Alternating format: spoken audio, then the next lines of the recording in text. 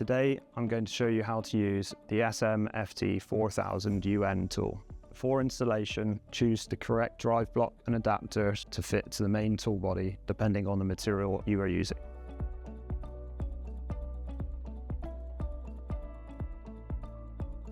To fit the adapters, simply slide the 3 prongs into the front of the tool. To switch between drive blocks, simply remove the handle, bolt, and the nut, and switch them to the correct one.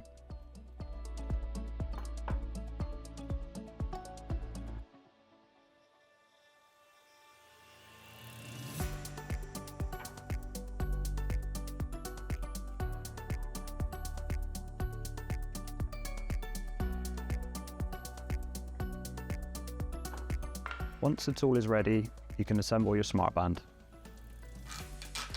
Now that the band is assembled, we can fit the tool and begin the tightening process.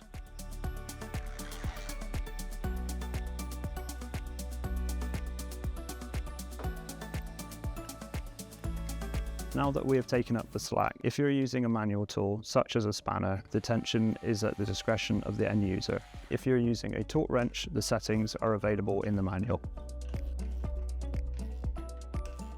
When the torque wrench clicks off, if there is a gap between the drive block and the back of the tool, this means there is sufficient tension on the strap. If there is no gap between the drive block and the back of the tool, the drive block should be removed and the tightening process begun again.